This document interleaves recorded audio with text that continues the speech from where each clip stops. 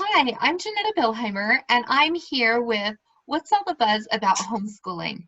I'm here with Leejean Stanger, and I'm so excited to be with her here today on this video because she is amazing.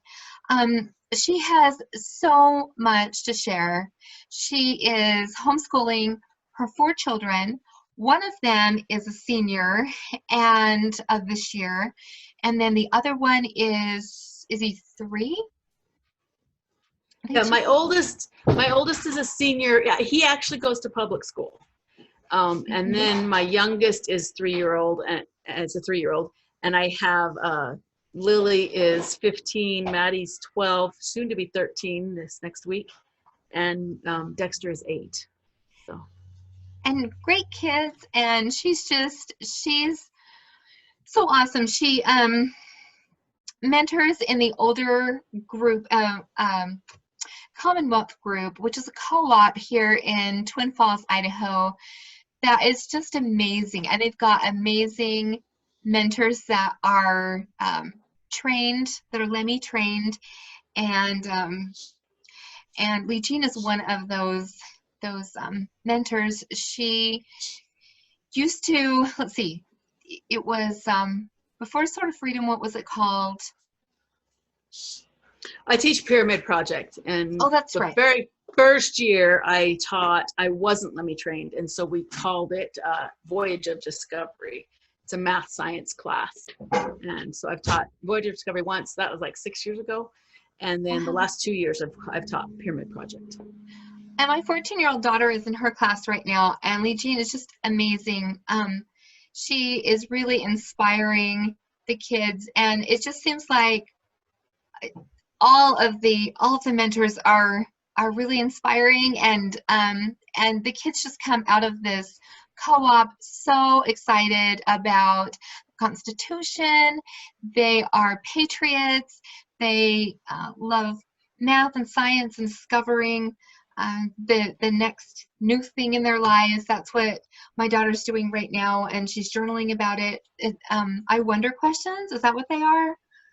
Yeah. Every day, that's what they do. Even in summer, she's reading her books, and she got behind the class because she was in a different class, and then Leejean let her join. Anyway, without going into all of that, it's just, Leejean is just wonderful and inspired. Listens to her inspiration that she gets, and she's just amazing. I'm so excited to have her here today. So you're so kind. So how many years have you been homeschooling, Leejean? I think it's been about 6 years. 6 going on 7. And yeah. How did you get started with homeschooling?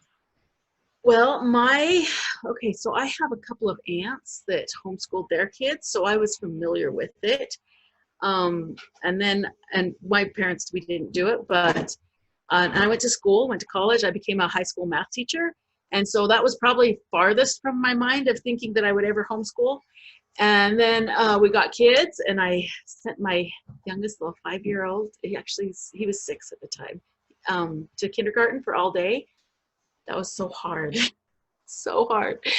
Anyway, so I did that, and I was trying to be involved, and so I was volunteering with his class, and I was noticing things going on. And about 2nd grade, he started having some issues at school with kids that were not, I don't know how to say it. Where we lived, there was a lot of kids that they didn't have parents really at home involved in their lives. And so there was a lot of kids that were coming to school after watching No Limits on internet and sharing horrible things. So we dealt with that. My son was a kindergartner, and I started with the PTO. I was PTO president for like 5 years. And I really tried to do everything I could to help in the environment. And things started turning about 3rd, 4th grade. He was dealing with bullies, and he had some bullying issues where he got pushed down and kicked, and just some really hard stuff. Anyways, I started thinking about homeschooling. My brother, the year before we did, my brother pulled his oldest daughter out, and they started homeschooling. And then I had another aunt that had been homeschooling. Her kids were younger, so some of them contemporary with my kids. And so she was homeschooling. And so I had good mentors to look to and to ask for help with curriculum and what I should do. So that first year, I just got everything my aunt had. And then I was introduced, so then I went, actually what happened is I went to a meeting where they were trying to open the first year for the Magic Valley Junior School to do a co-op for the elementary kids. And I went to that meeting and it was amazing. And I was just excited about it. I came home and told my kids. My oldest son was in high school, junior high. He was going into junior high, 6th grade. And he didn't want to try it. And I didn't feel like I should force it on him. And so we just switched schools with him, which actually did a world of good for him. And he's been doing great in the school he's at now. But my girls were excited about trying it. And so we jumped in, and that was the first year actually I taught Voyage of Discovery in the older co-op, which was a math class. And of course I'd come off some math training, and so I felt confident with that. But you just jumped right in. Yeah, it was great. Was Saray in that class? It seemed like that. I don't think so. It was a few years ago. Yeah, it was the year Jace Wright was that age. Okay. And he just left on his mission, so Yeah. So that's where we started, and ever since there. And my kids love it. I love it. Granted, I mean, it's not easy, and there's been moments but anything, I think, and you'll agree with me, anything you do that's worthwhile, there's going to be hard times and there's going to be growing pains, and we've definitely experienced that, and it's been phenomenal. So true. It's just like everything else in life, I guess. And I didn't introduce your topic. Leejean is going to be talking about getting past the fear factor and talking about her journey with homeschooling. So yay! Okay. Well, so the reason I love that topic is because I think when we first jump into homeschooling, we do have a lot of fears, and we do have a lot of, can I do this? Can I really do this? Can I teach my kids to read? I mean, even though, and I guess we talked about this last time, but as I talk to people in public, their first thing is, oh my gosh, you're going to homeschool. And they're like, well, you were trained as a teacher, so you'll be fine. And but then they go into but all these other people, I'm not so sure about them and stuff like that. And immediately where my mind goes is I picture all of these other women that I've met through the co-ops and that have been support and mentors to me in my journey. And I think, and they don't have a teaching degree, but they are so phenomenal. They have studied and worked at what they know so that they can teach their children. And they go home and they read, and they are more well-read than I was as a public school teacher. And so, and hopefully I'm catching up to that now, but I think that when we have those fears, and that's something, I think one of the weird things we get in our head is that you can only learn at a college and you can only learn at a school. Self-taught is a real thing. Once we know how to learn, you can learn anywhere. And when you have those resources available, which we have so many resources available right now to all of us at the touch of a fingertip, that really there's no stopping what you can learn if you put your mind to it. And so, but we jump into it in our first few steps with this, this fear of, what if my kids get left behind? What if my kids aren't at the same place as the public school kids? What if they don't know something and I miss something, and we have all these fears. And so I guess that's something that I love to talk about, especially with people that are thinking about homeschooling and just getting started, because through my journey, I've seen, how do I say it? That those fears are easily debunked, I guess. and we really truly can get past them and really truly can give our kids an exceptional education. Even has the So fears of, will they be okay socially? How about that one? That seems to be the biggest fear that people have. Are they going to turn out to be, well, different? weirdos, yeah, are they gonna be weird? Yeah, absolutely. And so I think though, with this trend that we have with going to co-ops, so we actually go to 2 co-ops. I go to a co-op on Tuesday, I go to a co-op on Thursday with my kids. We go to church on Sundays. And so there's like 3 weeks out of the 3 days out of the week that they are mingling with other people and learning how to deal with people. Have time for Yeah, I things guess like signing up for clogging and plays and, and sports and all these different kinds of things. absolutely, extracurricular activities. It's not like we're sitting at home in a social bubble and not seeing anybody else. Just because we're not in the school, just because we're not in the school system, that doesn't mean we're not socializing. And the beautiful thing that I think about homeschooling is that they are socializing with all sorts of age groups, not just with their one peer group that is their age. And so a lot I've noticed in our co-ops, a lot of those kids know how to talk to adults, and they don't have a fear of talking to an adult. They're asked a question, they'll come back with an answer. They'll ask their own questions. Where sometimes, go ahead. No, I go saw ahead. 2 minutes. Well, and sometimes kids that are only socializing with their own peer group and their teacher that they see as someone outside that peer group have more of a struggle having a conversation with an adult that's older than them. They think they have nothing in common with an adult or a younger person, when in reality we can have a lot in common and really learn from each other in a mixed age group scenario where we're socializing with more than just one age peer group. And so that at this day and age, really, that's a non-issue. Are they going to have enough social? These kids have so much to be involved inside of co-ops, inside of school, outside of school, inside church, and out. There's so many people. You see the kids, the older kids are great with the younger kids. It's really an interesting little study where you can see all of these homeschool kids from all these different families, and you can see how great that they're interacting, how kind they are to each other generally.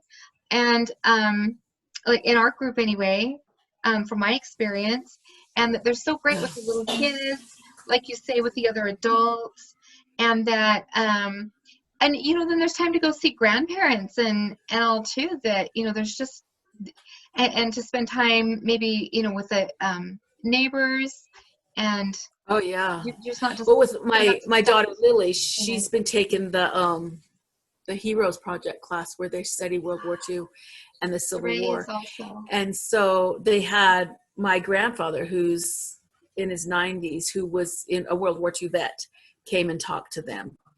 And they've been encouraged, as part of the curriculum, they're supposed to go and do interviews with other people that lived at that time period or served in a different war, or just, anything. But they were encouraged to get out and go talk to and socialize and with other people and hear other viewpoints. Yeah, that was a really neat assignment that they did. Yeah. And it's just not that one assignment. You find that kind of same thing through all the classes that they're taking in their co-ops. And you can do that as a parent, just at home. Go find, we want to know more about this. Let's go find somebody that knows more about it, and let's go talk to them. Mm-hmm. And that's part of your education, to learn. And let's go find a book about it. Let's go find all these resources of how to find out. So this idea of, are they going to be socialized? I don't even worry about that. So there might be some backwards kids who are homeschooled that but aren't there kids who are backwards, who are a little bit backwards, and they're socializing. What we say is weird is in all groups. You know, you can categorize somebody as weird school and or homeschool, and basically if you took that person that you think is weird, they would probably be that way in either scenario. Yeah. I think that kind of thinking personally, I think means that we need to open our minds and realize that we're not all the same person, and really, are they really weird, or they're just a little different than me, and maybe there's something I can learn from them. Right. And I think that's something we need to, if we're worried that our kid's going to be weird, like some other homeschooler or whatever, maybe there's something we need to open our minds about and say, hey, how am I viewing the world? And is there a better way for me to view the world and show love? Because your kids are not going to be, they're not going to be weird unless you're weird, and maybe that weird is a good thing. So whatever. And maybe they won't be as prepared to answer bells and things like that and work in a factory, you know, but I don't think that that's what we want to train our children for necessarily anymore. I mean, not that working in a factory is a bad thing, because that can be, you know, an important job, but at the same time, maybe that isn't what your child is, you know, maybe that's not their mission in life, and maybe you can individualize their education to them, to their own needs. That is the other beauty of homeschooling, is that you have the time and the wherewithal, I don't know what to call it, but when you're sitting as a class, you care so much, or the father, that you care, and you want them to be able to do their love and what they love, and you can help them to do it. When you're in a class with 30 kids every hour, 30 different kids every hour, it's really hard to take each one of those kids and help them find an individualized plan that helps them. And so nothing wrong with public school. I was one of them, and they are doing their best. They're doing a phenomenal job with what they've been given, and they're working hard, and I love them for that. And they're doing a great job for what they have. However, there's another option, and I, for my children, am loving that option, to be able to give them that as a parent that they can't have. It's just not feasible to be able to do as a public school teacher for each kid. Yeah, but I can do that for my kid. Not everyone will be able to homeschool, but yeah, I'm so grateful that that we have the freedoms to do that, and our freedoms are there are those that would love to take those freedoms away and make compulsory education a part of just what everyone has to do, just across the board. So. Well, and when you look at it, to be honest, so there may be some drawbacks to homeschool that you don't like or whatever. I haven't found any. Well, I mean, there's hard times, but to be honest, those hard times, the other thing I get from people all the time is, oh, I could never teach my kid because we bang heads and we would fight. And I'm like, well, we fight. But we get through it, and we're building a relationship. And I think what better time in their lives to be building this relationship with them, to have them know that I love them and I'm willing to work through hard things with them no matter what, to face the future. I mean, yeah, it's hard, but it's a beautiful thing. So I don't see any drawbacks in that way. However, there's good things and bad things about everything. And you can't look at the public school system it's by itself and say that there's no drawbacks there, because there are definitely documented side effects of compulsory education as well. And so as a parent, you can look at that and say, you know what, are those drawbacks something that I'm willing to deal with? They're okay for me, or no, that's not something I'm willing to have my kid do. In fact, one of the books that I brought to show is this one, and it's called Dumbing Us Down. And it's written by John Taylor Gatto, and he was a school teacher for 30 years in New York. And in 1990 and 1991, he was named Teacher of the Year for the nation. And so the first couple of chapters in here are his talks that he gave as he accepted that award. And the title of the book is Dumbing Us Down, The Hidden Curriculum of Compulsory Schooling. And so he just lays out, folks, these are the side effects of compulsory education.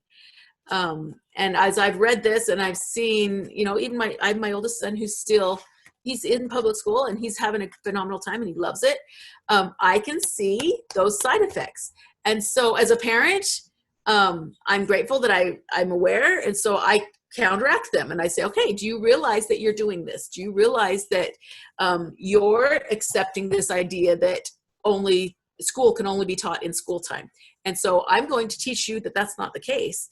And so I'm trying to counteract some of those things that we gain subliminally, I guess, from compulsory education. So that, I don't know, my brain just skipped. I don't know how we got there, but ta-da! Well, I think I love that book. Something that was really important for somebody to hear, because even if you're not going to homeschool, it's a good book to read so that you can recognize those side effects that come as a vibe. One of them, just because it's there, one of them is this idea that because we have an hour for English, an hour for math, an hour for art, and the bell rings. And so we get used to this bell signifying that we're done with that and moving on. And so there's not this, what do I want to call it? This fermenting and stewing of ideas and things in our minds that has time to stew and think and ponder, to come together and then to come out. And so kids get started with that and they get this idea, they get started on a project and then it's interrupted. And so they learn that interruption is not as important as what they were doing, and that it kind of devalues their worth and their ideas and their art and their creation and what they're doing. And so we don't think about that very much, but it ends up being in the back of our heads, this little side effect that what I'm doing is not as important as what's going on out there.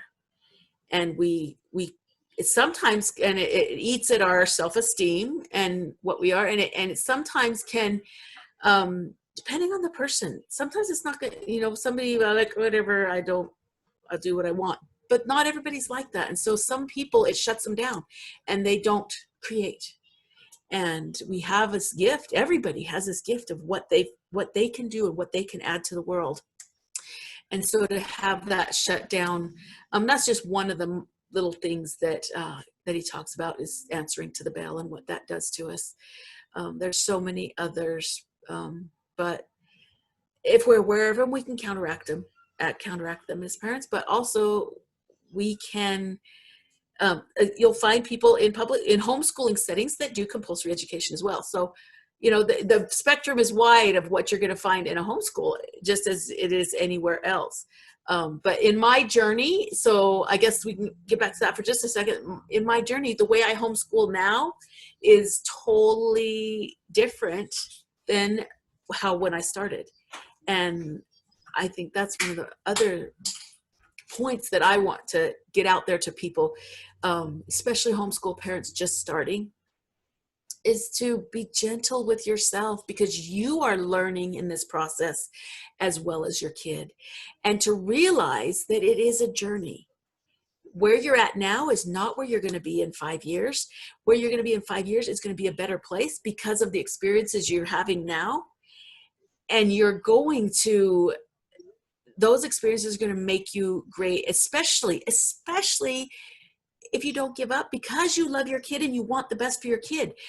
You're going to receive the inspiration from God that you need to deal with your kid. And you're going to get through the rough patch, and your kid's going to see you get through the rough patch, and they're going to know that they're worth it to you, and that you get through this together. So really and truly, it's my belief that if you are striving and trying, you're going to have moments of what you might see as a failure. But in the long run and the big picture, if you don't give up, you can't fail. Because your kid is going to learn what they need to learn, especially when they know it's important. They know why they need it. That's the other big picture to that. But and we've talked about how you and I have talked about how we just can't, sometimes, in life, you think that you're not supposed to fail at anything. And that's all a part of learning too. And yeah. Yeah, to be honest, now in the journey where I'm at now, I see math and grammar and English and history and all these things that we're teaching or that we're learning. Really, they're great to know. They're important. They're good, but that's not the most important thing that they're learning. We're using those things to teach them that it's okay to make a mistake and learn from it and keep going. That it's okay not to be perfect. That it's okay to like I said, it's okay to make a mistake, but that you will get it. So many of us, and this is a human nature quality thing, I think. We start something, we have a hard time with it, we think I'll never get it, and we give up because we have this lie built into us somehow, or we pick up on it somewhere in society. I don't know where it comes from, but we all have this idea inside of us that if I don't get it now, I'm never going to get it. Some of that comes from compulsory education. But I've noticed my younger children that have not been in public school still pick this up. And so I'm using math to teach my kids that you will get it.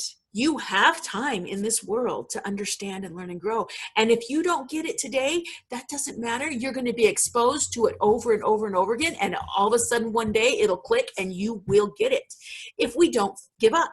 We just get this idea. The other thing that one of the other side effects of compulsory education is that if I don't get it now, I'm never going to get it because it'll be passed by and I won't come back to it. And another thing that comes up is there's not enough time. We get this, and that's a lie. That's a lie. We have time. We have all of our lives, all of eternity. There is enough time, but we get this idea that, it's going to take too long to do that, so I'm not going to do it. Really? It's going to take too long, so we're going to miss out on that thing we would like because it's going to take too long. My counter to that now with my kids is, well, if it's going to take a long time, you better start sooner than later so that you can get it done. Right? But I find myself going through my process and feeling like, that's going to take me so long.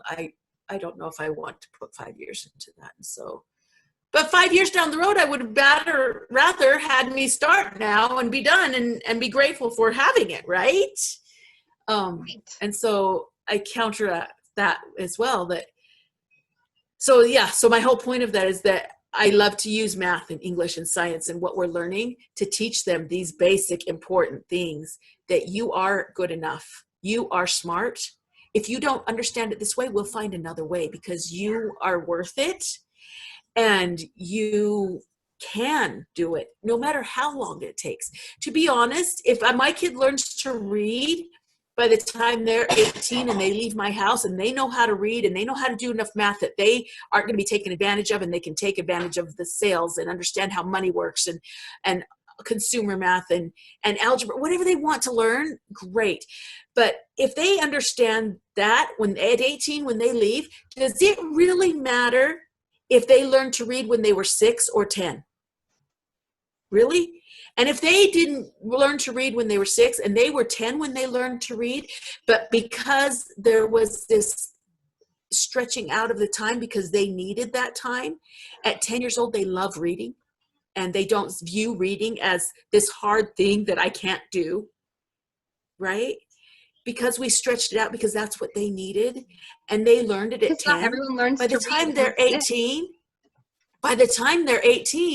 it's not going to matter and they're going to have every tool they need and their self-esteem and how they view themselves has been preserved and their love of learning has been preserved. So that's some of the beauties that I see with the way I teach now, because I know and I talk to so many people. As a math teacher, almost every time you talk to somebody and you say, yeah, I teach math, they're like, oh, I hate math. Really? Math is in everything you do in your life. You hate math? You don't hate math. You hate doing problems that you don't understand the reason for in your life. And I understand that. But math is everywhere. Science is everywhere. You don't hate it. But we get this idea that I hate it. Or I talk to people, because I also love to read. And there are people out there that love to read. But there's a lot of people that after they graduated high school or whatever college or whatever it was, have not picked up a book since, because true. I hate it. I hate they don't reading. want to learn I another had to thing. read so much, right? Yeah. And so, which is so sad, because there's still so much to learn. Like, you can still take piano lessons. My mom took piano lessons when she was like in her 50s or 60s. You can still do these things, but a lot of us are just have burned out from being pushed, from being pushed to do what others thought you had to learn. Mm-hmm. Yeah. But in reality, so I did share this with you last time, but this idea that, and I loved, as I was in the school system and I watched my son in his classes, there's a few things that definitely came up for me. But one of them, like a simple example of learning how to tell time. And I noticed they introduced it, and then they did workshops on understanding counting by fives all the way around and learning the minutes or learning the hours. And then they learned, and all these different steps that they do and the different worksheets that they do in between. And it can take 6 months to learn how to tell time, right? But my kids that are at home, that I'm not pushing the worksheets on them. It's second grade. They didn't have to learn how to tell time. I would tell them. They start noticing, oh, she's looking at the clock all the time to see what we're doing there, right? And they start looking where I'm looking, and they're like, well, what does that mean? And so they start asking questions about it. And I tell them what I'm doing with it and why I'm looking at it. And they say, and my 8-year-old says, Mom, I want to learn how to use that. I want to learn how to tell time. So we sit down, we have the example, and I tell them what it is and what each part is and what it does and how it works. And they learn to tell time in a month or a couple of weeks, or even some kids, they learn to tell time in an hour, because it's what they wanted when they wanted it. So they don't have to wait for everybody else. Right. They can just do that and then move on to the next thing. Yeah.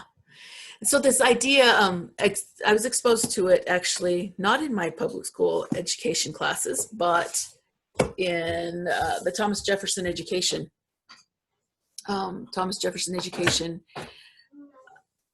leadership education. Great program. Yeah, it is phenomenal. And it mostly talks about the philosophy, but one of the guidelines it has there is that kids will learn what they want to or what they need when they know they need it. And I've seen that as I taught math, when we sit down and I make them do story problems or algebra facts, and they don't know, that's my number one question you get all the time as a public school educator and teaching algebra. When am I going to use this? Why do I have to do this, right? And so I would tell them, well, you'll use it in this profession or this profession, or when you get to do here, you'll use it here. And they're like, I don't want to do any of that. I want to be this or that, that doesn't, Anyway, the idea that they'll learn it when they need it, and that's true for all of us. It's true for all of us. So really, as a parent in a homeschool setting, I was, as I started grasping this topic, I was like, oh my gosh, then really, instead of me just shoving down, this is what you have to learn now, I need to learn to inspire my kids and help them see that they need it, which maybe can be even more challenging. But more worth it, right? Because if we can get them from A to B and preserve their curiosity and preserve their love of life and learning new things. I remember one of my older son coming home, and it was summertime. And I was telling him, okay, we're going to do this or this. And he was seeing it as school. And his response was, Mom, it's summer. I don't have to do any of that school stuff right now. I'm like, really? So like part of your life, you just shut off to learning just because it's not learning time? I mean, that is not a philosophy for life and a successful life. In reality, we're always learning. Always, no matter what we're doing.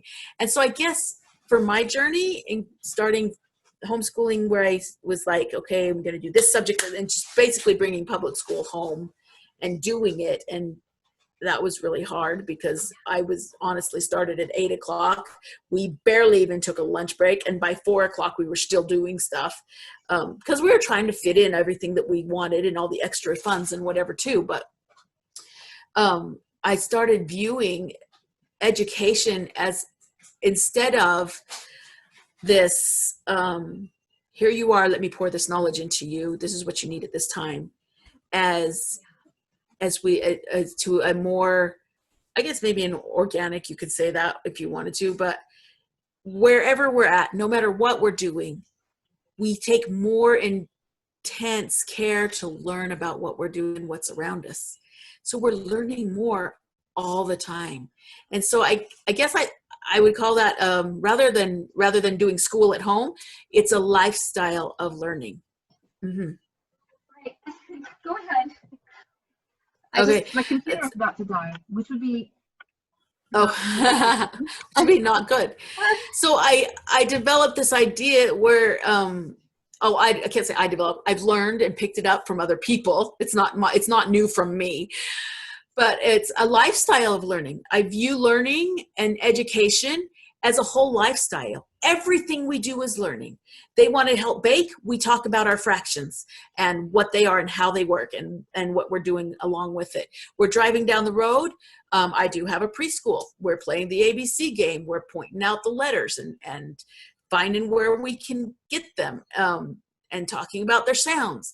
We're playing, when we're playing family time and we're playing games, they're learning. So this is another book that I loved.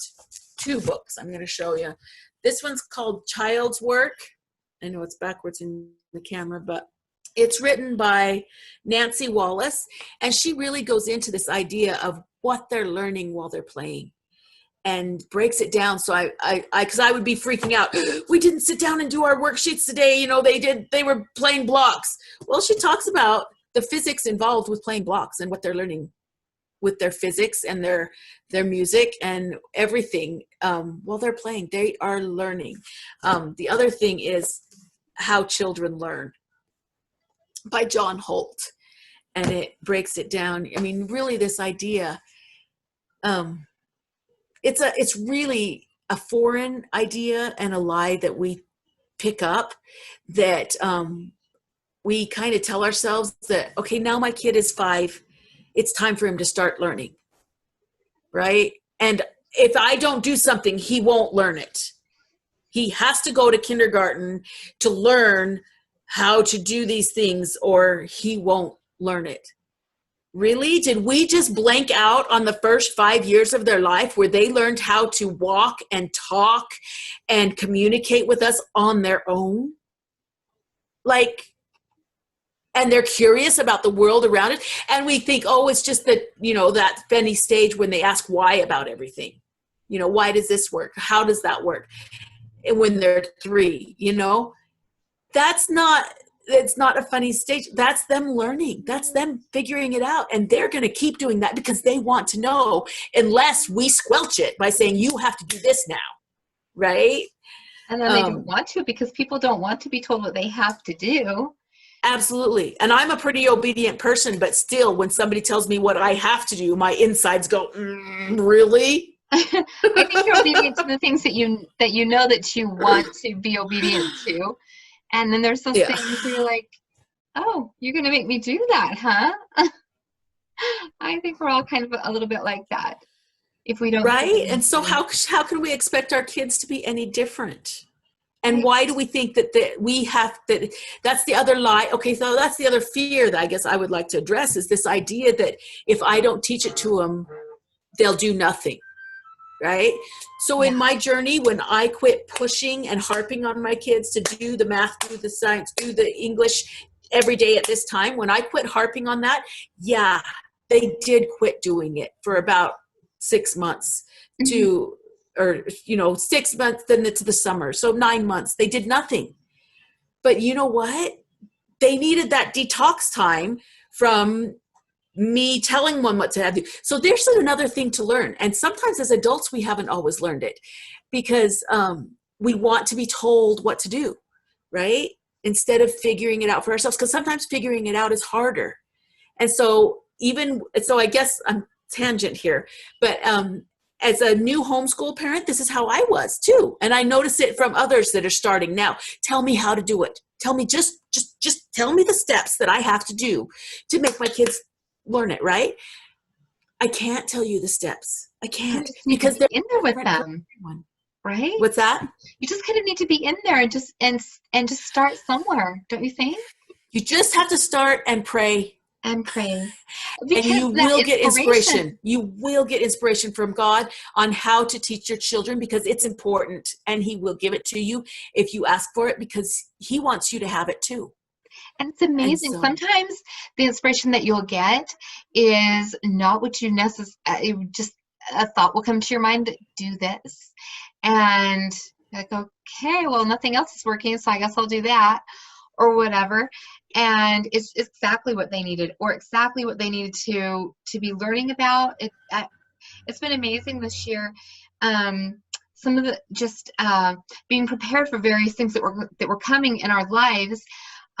That well, because I was in tune to what they needed, that these different ideas came to me. I was on my walk one day, and I felt like I needed to start reading this particular book with my girls. And so that's what we did during our time on the couch together, our reading time. And that led into so many other things that we really needed to be prepared for. So absolutely. Absolutely. stay in You tune. will have, if anybody watching this does take the leap and starts to homeschool, you will have hard times, and you will have phenomenal miracles. It's That's true. almost guaranteed. You will have beautiful, glorious times where it all fits into place, and you're like, I understand now why this, all of it. You'll have these aha moments that are just make all those other hard times worth it. They Yeah. do. They make everything. I see these glorious moments of my kids learning and picking it up and getting excited about learning now. So going back to that time, we did have to have a detox time from accepting this model of being told what to do, right? And it's a growth time. It's a growth time for us as parents. It's a growth time for our kids, to get over this hump of having to be told every little thing. And you know what? My girls have, I don't have to fight with them now to make them do their math. They have picked up, and that was the other fear that I had, and the other fear that we get into, that kids won't do math unless you make them do it because it's hard and they don't want to do it, so they won't do it. That's a lie. When they see that they need it in their life and that it's worth it to them to have it, they will buckle down and do the effort and the work that it takes to understand it on their own because they want it, right? So yeah, my girls do math now on their own, and I love it. And they call me when they have a question, and we talk through it, and we help through, and we argue about why it is, and it's a beautiful, glorious thing, right? My younger son Dexter, I have been a little more loose with, and I never sat him. We have sat down and we've done worksheets for sure, but I haven't pushed it really hard. And he's a little bit older than when kids start picking up on some of the things. But now, like, he's picking up on stuff and it's his, and he doesn't forget it. He knows why it's good, and he knows what it is. So he comes up the other day and starts talking to me about these math facts and how adding these numbers gets these numbers and why it works and what he's noticed about it. And I'm just like, what? You picked all that up on your own? I mean, and I'm helping him when I can and where I can, but I'm not like pushing it down his throat. And he's noticing things that maybe I wouldn't even have thought to teach him about it. And it's beautiful. And I think that you're watching to see what he personally needs right now. And I think that it's so interesting that a lot of the homeschool moms that I know are some of the most in tune with with inspiration of all of people that I know, because you have it's to something have you it to have to succeed. be. So you get it. Yeah, yeah. It's interesting. It's interesting the types of muscles that need to be that you exercise in a journey like this. You know, there's inspiration, and there's learning to be patient, learning how to work with your children, um, learning how to be present and nurture those relationships, all these different kinds of skills that otherwise, you know, you miss out on. But if you just step into it, you put your hand in the hands of God, and you trust, you know, don't you think that all of Yeah. those things that you end up Definitely so much byproducts stronger in those of the ways. homeschooling journey for me as well. Yeah. And that's, for me, it's not to say that somebody who's not homeschooling Oh doesn't have no. all that. They do, and they Mhm. can. But that's what we're You're just talking about at the moment, is putting yourself homeschooling. on the And frying so, pan, maybe. yeah. Well, and everybody, that's In part one of way. life. And Everybody's going to yeah, have hard times. there are other roads that can be taken as well, and exactly that Yeah. there's other ways to learn those things too. But if you're on the fence and wondering about homeschooling, here it is. Yeah, like, do Hmm. it. It's going to be great for your life. You're going to have the help that you need because you're looking for it and you're striving for it. And how do I say that? You're aggressive about getting what you need because it's your kid's life at stake. And you realize that you're the one to help them. And so you're not sitting back and being like, oh, well, that teacher knows it, and so they'll be fine. I don't have to worry about it. Which I find is an I'm not saying it easier very well way, what I'm thinking. which I find is an easier way to do it. Just leave it up to someone else, and that's how I was, you know, Especially because they're originally. good at it. Right. But But the beauty of it it's really is not the that, easiest necessarily. And right. there's all But these other benefits that you can have from right. jumping Well, and in. the beauty of it is that you don't have to be the expert in everything to Oh, do it, because they want it. They'll want it, and so you don't have and to be the some expert. You just find resources, somebody else who is. And so you still can pull in mentors. outside help, but you're not just depending on other people to do it. And so Yeah, I you guess can my whole ask point, I'm others not for saying it help, very well, but but you can what choose is it? those people, Yeah. right? Yeah. Who you But want. that you're actively involved in it because you feel a responsibility for it. And Hmm. so you will get the help you need, and you'll be able to help your kid. I feel like I boggled that, but sorry. No, no, that's exactly right. And there's so many. Another thing that with Thomas Jefferson education, that's a big thing, is that is a big part of the philosophy, is that classics are some of the best mentors too. And so classics, other people as mentors, and then there's other curriculum choices that are so helpful. There's so much help. Back a long time ago, there wasn't necessarily as much help. You had to search it out a whole lot more. But there's so many There. blogs and things like that that can help you to. And then Leejean here is a wonderful mentor. And if you want to get into contact with Leejean and have somebody whose hand you can hold, who can hold your hand through the process, a little bit or a lot, you can get into contact with her. I know that she helps a lot of other moms out there, and I, you know, I'm here too. Let us Yeah. know if we If can. you do want to have questions for me, find me on Facebook. My name it's my husband and I together, so it's Kip, capital N, Leejean Stanger, on Facebook, and message We can me, put and that I can on respond the that way. video. Yeah, Yeah. yeah. Do you have anything else, Leejean, that you'd like to say to sum up? You know, if you were talking to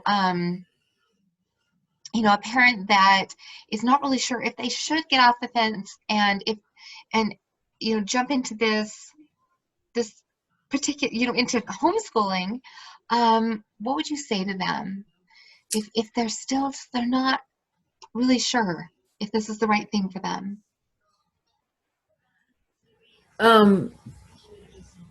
For one, I think inspiration on that as well. Go pray about If it. it's right. If it's right for you and you're feeling Right. like, so a question that I deal with for myself is when I'm hesitating about something, I'm always asking myself, am I hesitating because it doesn't feel right, or am I hesitating because I'm afraid? Yeah. And it's a big unknown out there. And I try to if I realize that I'm afraid, I try to switch in my life so that I'm not living my life by fear. Because if we live by fear, we'll go every which way, because there's so many things to be afraid of. And so when I find that I'm hesitating because of fear, I try to focus on faith, because fear and faith cannot exist together. And so if you are feeling like this is something you want to do or would like to try, but you're afraid, do it. You just have to start somewhere, because Don't let fear be something that stops you. No, because there's so many things that and as I guess my brain is just going all over this place, but I guess what's coming to my mind right now is in my journey, that's the thing that I've learned, is that it is a journey, and that we're not going to fail as long as we keep trying, and that our kids are on a journey as well. And so to trust the journey, trust that what you're going through is worthwhile and beneficial for you. And we're going to work through the fear and a lot of the things. So that's, I guess, the other thing that was in my mind is that a lot of the things that I was afraid of, I've learned were lies that aren't really there. And they don't end up being the things that are even happen. Yeah.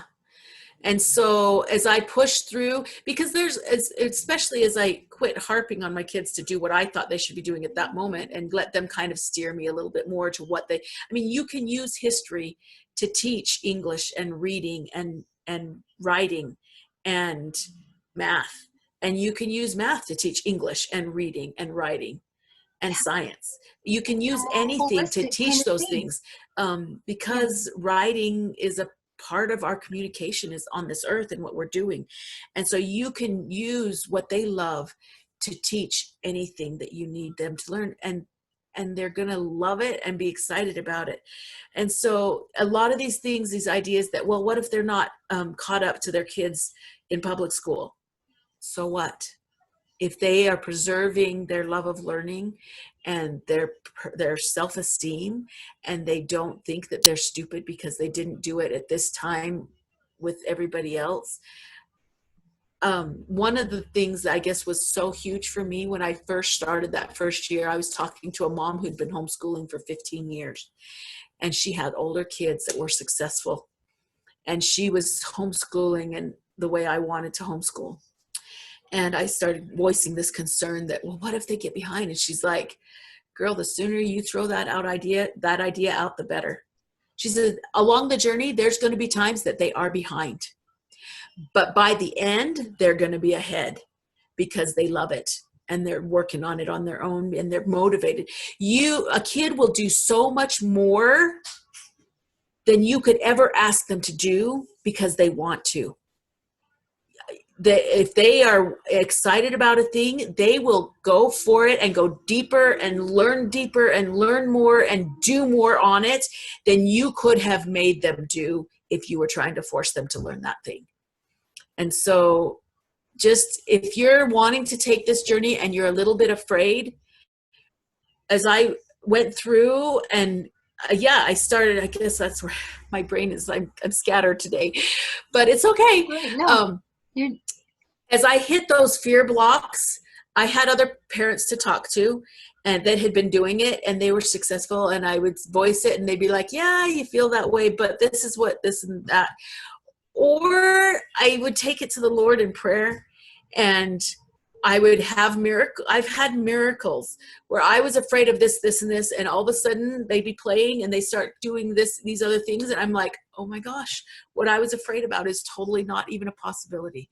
They are right on track, and they're learning more than I thought. And I guess my advice to those that might be fearful is you can do it. You're not alone. There's a whole community of people willing to help you, wanting to help you, right there to help you. You have your creator who wants to help you and wants to help you help your kids, and will give you all sorts of inspiration to do it.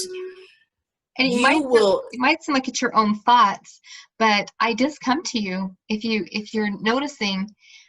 Maybe write them down, have a notebook, and write down different ideas that come to you, and you might just be surprised that it wasn't something that you would even have actually really thought of. But these strokes of insight come, and if you do want, if you're not really sure how to seek inspiration, we can help you. You can get into contact with us, and we can give you a few tips on how to do that. You just got to try. You just got to open up and say a prayer, and it doesn't have to be perfect, but you will receive help. The other fear I think the other fear I think parents have is, I'm not smart enough. I failed school. I can't do this. And what I would say to them is, you're not the same person you were when you thought you failed school. You have a life experience behind you now. You know, if you know how to read, you are on this journey yourself. And what better example can you give your kids of learning than learning? And if you start to learn, you can teach your kids to learn. And all you have to do is, you don't even have to stay one step ahead of them. All you have to do is, when they come to you with something that you don't know, you say, let's go find out. Let's go figure it out. And you work with them and you figure it out. You don't have to know it all to start. Read it together. Yeah. You don't have to know it all to start. You just Find have to start. somebody who does know. Right. So if you're on the fence, my advice is just start. Jump in. The water's warm. Maybe it's not always warm, but it's great. Yeah. Well, Leejean, thank you for being here today and for taking the time to let other people know about your journey and what you have done to overcome your fears, and letting everyone know about where you are 6 years down the road after jumping in, and that you're glad that you did it, and you learned how to do it, and it worked out, and here you are, still going strong, still loving it. Well, and I'm still learning. So 6 years down the road, I may be doing it totally different from what I do now. So, because I'm going to learn and I'm going to grow as a parent. Right? Because each of your children are different. Yeah. But you're homeschooling 3 children and a parent to your 4th. Yeah. I would say 4 because he's 3, but he's still learning and I'm still helping him. So I was thinking about your senior, but at the same time, I'm still helping him too. Yeah. Yep, absolutely. I've helped him write a few papers. When you're homeschooling that way. Yeah, absolutely.